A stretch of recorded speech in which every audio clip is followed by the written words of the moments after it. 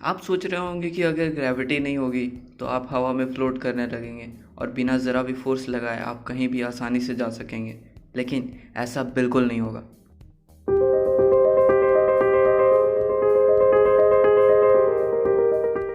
वैसे तो ऐसा पॉसिबल नहीं है, लेकिन फिर भी इसके बारे में सोचना काफ़ी इंटरेस्टिंग है। चलिए सबसे पहले देखते हैं कि हमारे शरीर के साथ क्या होता है। हमारा शरीर अर्थ जैसे ग्रेविटेशनल इन्वायरमेंट के लिए अडेप्ट है।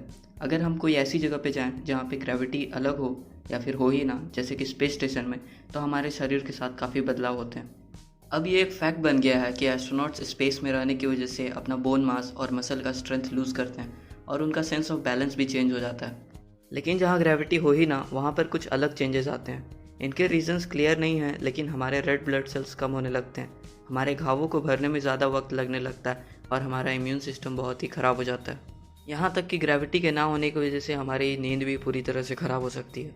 लेकिन आपको चिंता करने की कोई ज़रूरत नहीं है, क्योंकि आगे जो होने वाला है उसके सामने तो आप इसे भूल ही जाएंगे। चलिए अब देखते हैं कि इसका अर्थ पे क्या असर होता है।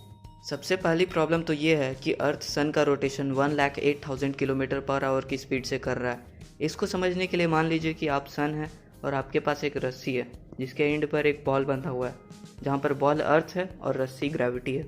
आप उस बॉल को ज़ोर ज़ोर से घुमा रहे हैं, तो क्या होगा अगर वो रस्सी अचानक से गायब हो जाए? बिल्कुल वैसा ही होगा अर्थ के साथ।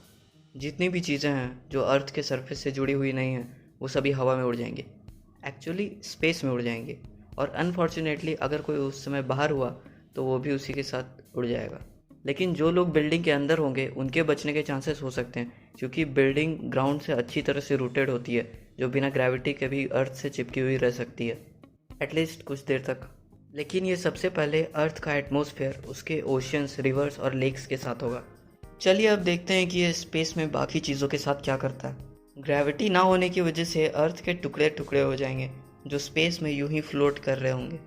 कुछ ऐसा ही हमारे सन के साथ भी होगा। ग्रेविटी के बिना इसके कोर में जो इतना ज़्यादा प्रेशर बन रहा है, वो सन झेल नहीं पाएगा और एक्सप्लोड कर जाएगा।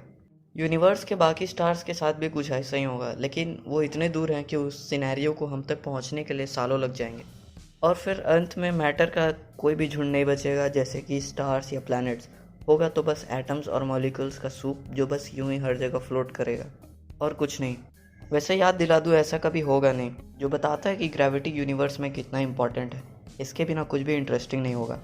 एक मिनट, ब्लैक होल का क्या होगा?